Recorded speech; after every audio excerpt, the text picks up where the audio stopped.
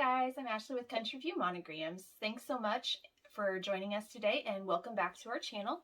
If you're new here, my name's Ashley and I run 2 Etsy shops full-time from my home office.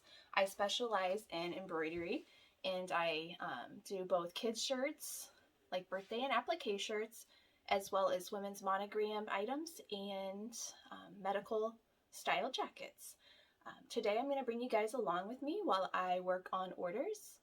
I was live for the first time yesterday, so thank you all that have joined me. That was so much fun. You're probably not seeing this for a couple weeks because my work with me are a couple weeks behind right now, just behind on editing and just trying to keep up with orders. So I'm going to bring you guys along with me. I have like 90 items left to finish this week. I'm not sure I'm going to get through all of them, and I don't have to get through all of them. It's just my husband's on vacation next week, and we have some day plans here locally, and just want to spend some time together, do some house projects. So I'm going to try to get all my orders done for this week and next week, so I can take as much time off as possible with him. So let's go ahead and get started. Like I said, I've got like 90 things to embroider. That's just total items. That's about 50 orders. And then like another 10 kids shirts. So I'm going to see how much I can get done today. All right, so I'm getting started. I just transferred all my files to the machines. I'm going to get both my 6 needle and my 10 needle that's over here on the counter going with jackets. And I'm going to show how I do that on fast frames real quick for you guys. I've had several people ask. And then I'm also going to get all my fabric and everything prepped for the appliques that I'm going to be doing on my other 10 needle here. Like I've mentioned in past videos, I like to arrange what I'm doing on which machines to best utilize the machines. Today I'm going to run appliques on just one because I think I totaled it's either 8 or 10 shirts to do. And I have like 2 or 3 of several of them. So I have 2 birthday donut shirts. I have 2 like birthday kitten shirts. So I'm going to run those consecutively and try to limit how many times I'm changing the thread colors just to cut down on time. And then, like I said, I'm going to run just straight embroidery on my other 2 machines and keep them moving faster. When it comes to deciding what I'm putting on each machine, I like to look at what thread colors are already on there. So on my 6 needle, it almost always has black, silver, and white locked in or anchored. I very, very rarely change those. It almost always has light pink and light blue on there, and that's actually on there now. And then that 6th color is kind of the wild card. I do change out the pink and blue if I need to, but I do a lot of labor and delivery and NICU type items, so I'm using those colors a lot. So anything that has those colors, I try to automatically set with that machine. And then my 10 needle has more options, obviously, for colors, and I keep a different array of colors on there. Those vary from day to day or week to week, but it's more likely that I have the color I'm going to need already on there. So if I do, I make sure it goes to that machine. That just, like I said, minimizes changing thread and helps keep things moving quickly. Hey guys, so update coming at you from my very dark office. You probably haven't saw this before. Our power just went out while my machines were running. That's going to be awesome. Thankfully, these Brother machines do have like where if they would shut off or stop while they're running, it's going to give you the option to go back to where you were when you first turned the machine on. So hopefully the power comes back on quickly and I can get back to work. So the power's back on. Thankfully, that was only like 10 minutes or less.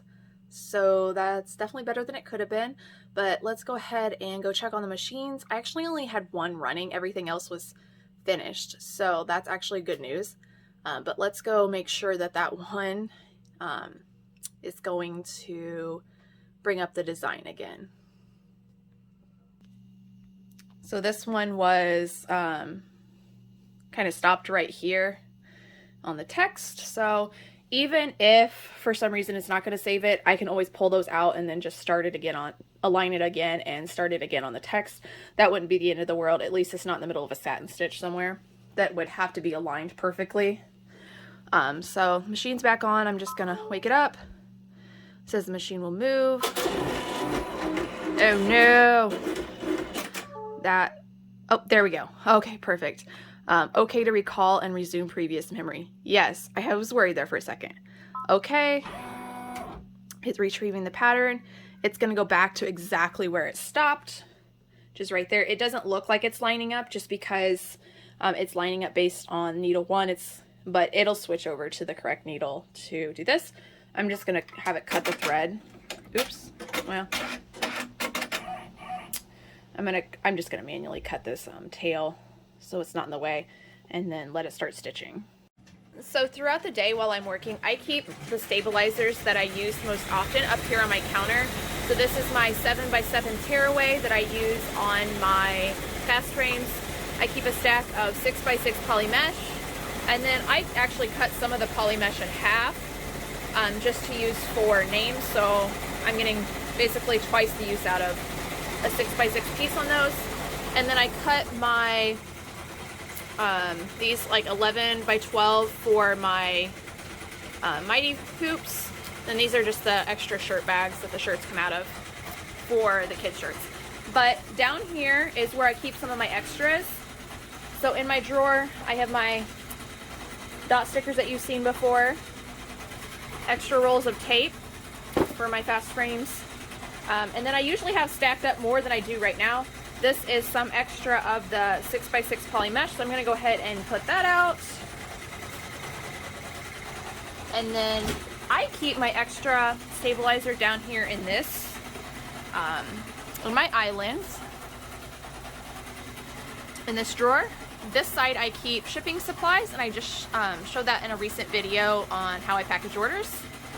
So down here is kind of a mess. I don't use all of this all the time, but I have stacks of 6x6 poly mesh here. I have my 7x7 tearaway here, and another whole package here. Most of these I order from allstitch.com. This is an exception. The larger tearaway that I use and cut myself for my Mighty hoops, I buy that from, it's upside down, but I like this stuff from World Widener. I've used it for a long time, so I just didn't like switching. I haven't found something comparable at Allstitch, but I like this 8 ounce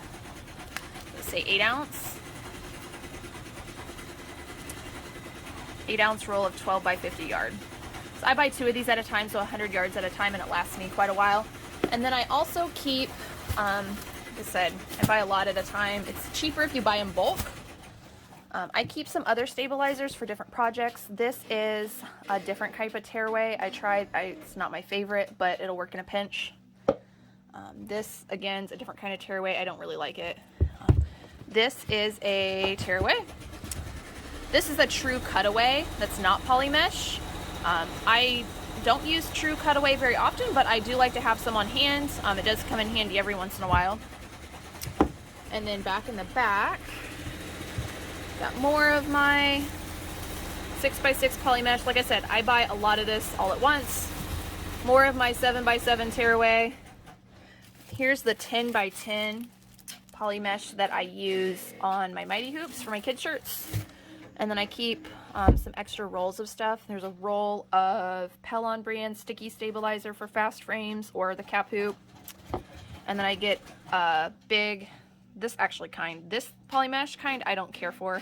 I keep it just in case I would run out and I need to use it in a pinch. But I also keep a larger roll, and I'm almost out, of wide poly mesh, and in case I need to do like large t-shirts that are the 10x10's not big enough, like an adult size, I have this too. I need to order more because it's clearly out, but just in case.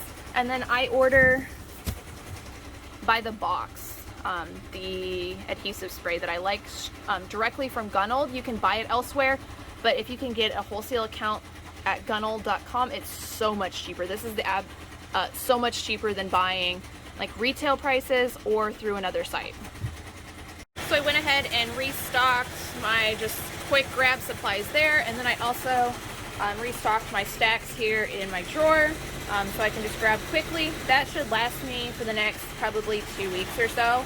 I have to restock in here every couple weeks. Then what I didn't show, most of my stabilizers in here, but some of what I use for kids shirts is actually over here underneath one of my 10 needle machines. This top drawer has my 10 by 10 poly mesh that's already opened and out, just ready to grab.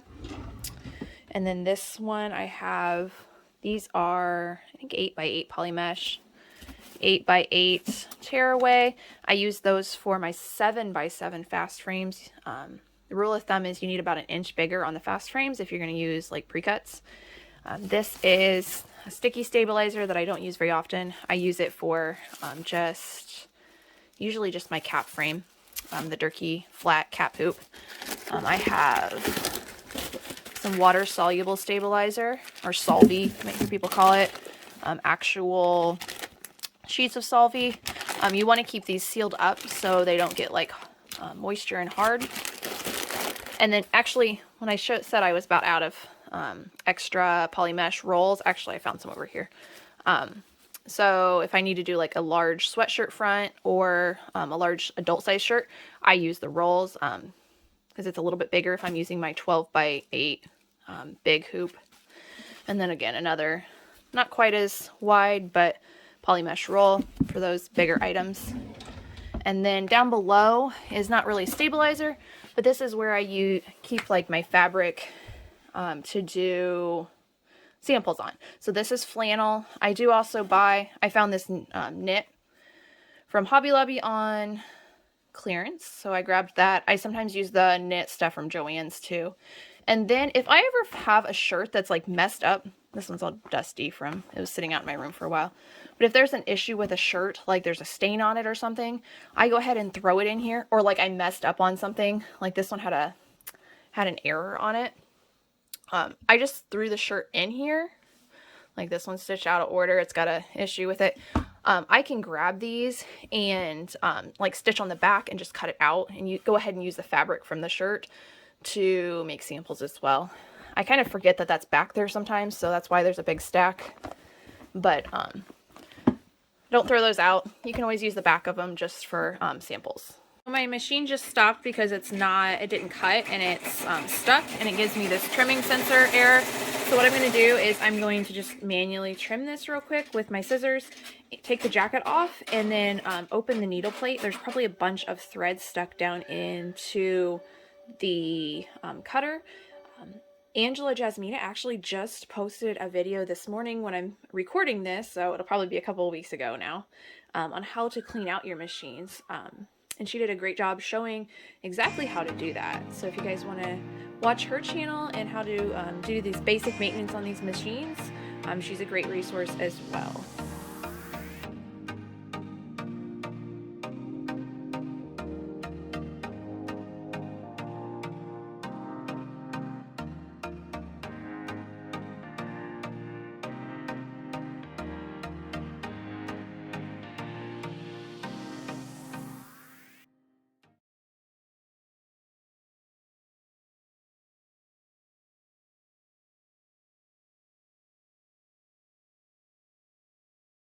So like I predicted, there is thread cut back there, but actually what the problem is you can see this is looped around here and into there. So I'm gonna go ahead and untangle that and clear that all out so I can get this machine going again. Knowing how to open this up and do some of this absolute basic maintenance yourself is gonna be a huge time saver.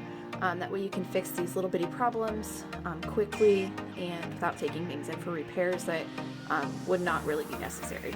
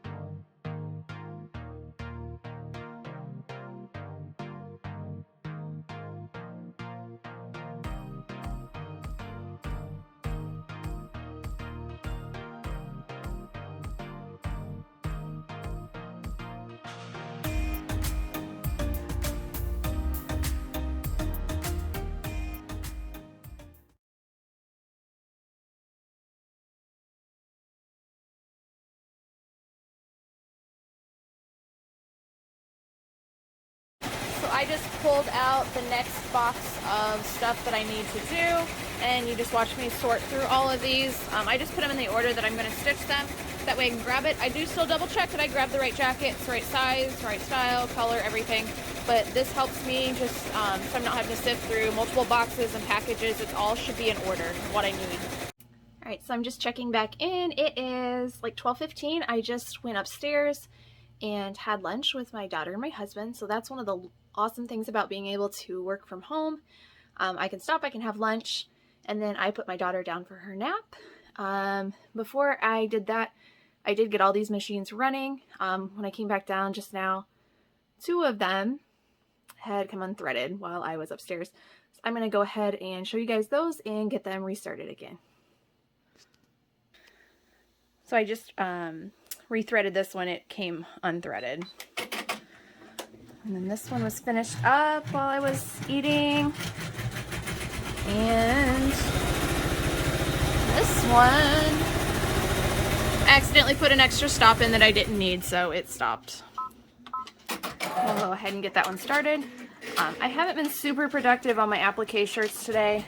This is only the second one that I've gotten done, unfortunately, so I need to be better about that. But I've been trimming jackets as I go, so I have, I think, 3 here that I need to trim up and fold, plus all those I showed you earlier and a couple more. So doing great on jackets. I'm probably not going to get through all of those like 90 things to stitch today. That was just a goal. I knew I probably wouldn't get through all of that, but the more I can get done, the less I have to work next week when we are going to try to take some time off and do some house projects.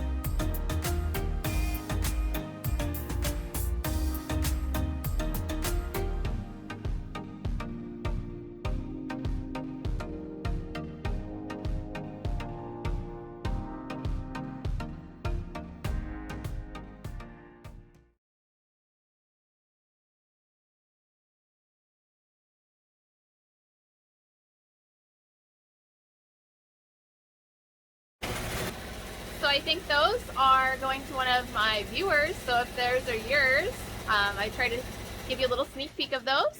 And then I'm going to show you guys what I'm working on here with a birthday shirt. So this is a kitten birthday shirt that I'm working on today. I actually have 2 of these to make. So this kitten design is actually an applique alphabet that comes from Planet Applique. If you guys are not familiar with Planet Applique, a lot of their alphas, not all of them, but a lot of them come with the numbers 1 through 9. So they make good, like, pre-made birthday designs. My only complaint is this right here.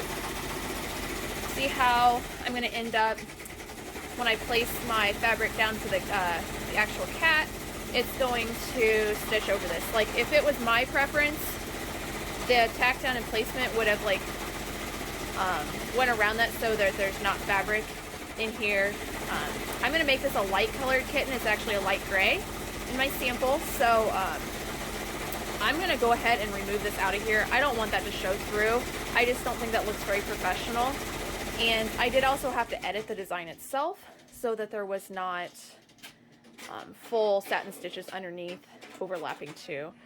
Like I've said before, I really prefer designers that go ahead and do that for you. I don't like having to tear things apart in my own software to fix it to how I like it. But I like Planet Applique. They have very affordable full sets of applique stuff if you don't feel like merging. So go check them out if you've never looked there before. This is what I'm saying. I cut out the 4 that was showing there, and then I'm going to lay down the fabric for the kitten now. If I was doing like a super light color, I would have either stitched this tack down, like for the cat, I would have either stitched this tack down in white so it didn't show, or I would pull those stitches out. But the gray is, light gray is going to be enough to cover at least the stitching. It wasn't the fabric, but the light stitching. So you still won't be able to see that, or I would either have used white or removed that as well. And in trying to conserve and utilize my fabric to the most of what I have, I did not place it correctly, and I'm missing applique fabric on the ears, so I'm going to have to pull this all out and stitch the tack down again. So I feel like I'm having duh moments all over the place today, and I'm going to share this one with you too. So I could not find another pair of my applique scissors. I was only using these super duper old ones, and I just put my hoop back on the machine and this fell out. So it was stuck to the bottom of my Mighty Hoops. So if you can't find your scissors, maybe check your Mighty Hoops. That's so much better. And like I mentioned, you could have seen that polka dot through this light color, but you're not seeing the outline of the 4, thankfully. So I'm going to go ahead and let this one stitch out, and then I have a number 2 of this one to do right afterwards.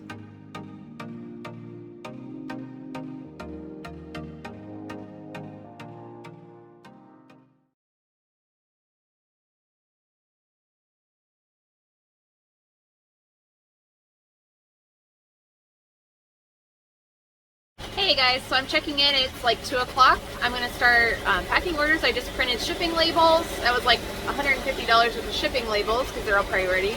I have quite a bit done. Probably half of what I really wanted to get done, and I do have some time to get that done tomorrow. I'm not sure how many hours though, but I have, I think, 4 birthday shirts left to do. I didn't get very many of those done. I have a 4th one finishing now, and I've got about 4 more left. Jackets, I got like halfway, like I said, halfway through about what I wanted done. Again, I want all these done next week so I can take the week completely off, but if I do need to work, you know, a couple hours for a couple days, it's not a big deal. We're not actually going to be out of town, just kind of doing a staycation, taking some time off just to spend together and do some house projects. So I just want to have my orders done as much as absolutely possible so I don't have to be working during that time. But like I said, I've got everything done through that's estimated to ship through next Wednesday. I'm just getting ready to start on Thursday's stuff, but these are the last ones that are going to ship today anyways, because I'm going to need to get going to the post office in about an hour, and it's going to take me a while to package all these up. I'll show you guys once I have these packaged, everything I'm taking to the post office. I'm ready to package orders. I'm going to put a name on this one real quick and hopefully get this one shipped today. This one should be finished, and I can heat press real quick by the time I get the rest of these packaged. I've shown you guys this stack already earlier that I finished this morning, and then I finished all these today too. Lots of occupational therapy.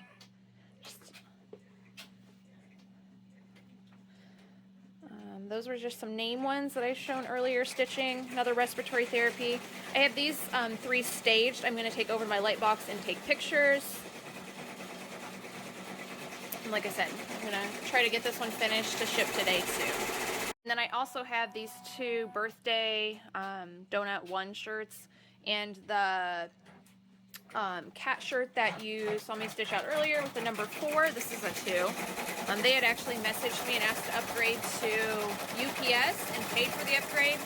So somehow it worked out today that UPS actually hasn't been here yet. So I was able to get that printed off and set out for the UPS driver to pick up when he stops here.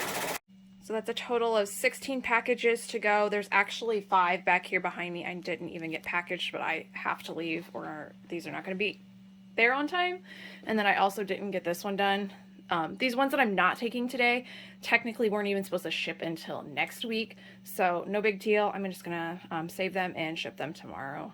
And then I also have like the 20 that I finished yesterday that I didn't make it in time for the mail truck yesterday either. So lots to go. I need to get these packaged up or loaded up into my car and to the post office because I'm like 10 minutes away from the post office.